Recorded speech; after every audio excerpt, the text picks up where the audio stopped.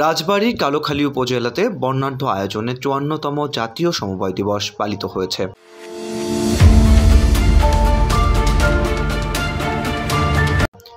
শনিবার সকাল ১০টায় উপজেলা প্রশাসন ও উপজেলা সমবায় বিভাগের আয়োজনে উপজেলা পরিষদ চত্বরে জাতীয় পতাকা উত্তোলন করা হয়। পরে উপজেলা পরিষদের সম্মেলন কক্ষে আলোচনা সভা অনুষ্ঠিত হয়। আলোচনা সভায় সভাপতিত্ব করেন উপজেলা সমবায় কর্মকর্তা মোহাম্মদ আব্দুল জব্বার।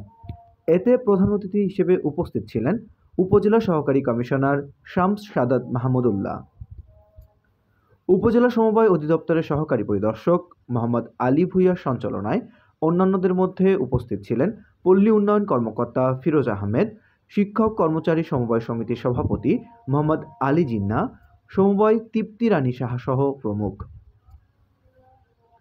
আলোচনা সভার শুরুতে স্বাগত বক্তব্য রাখেন উপজেলা সমবায় কর্মকর্তা মোহাম্মদ আব্দুল জব্বার। এ সময় তিনি বলেন, সরকার সমবায় খাতকে আধুনিক ও গতিশীল করতে নানামুখী উদ্যোগ গ্রহণ করেছে।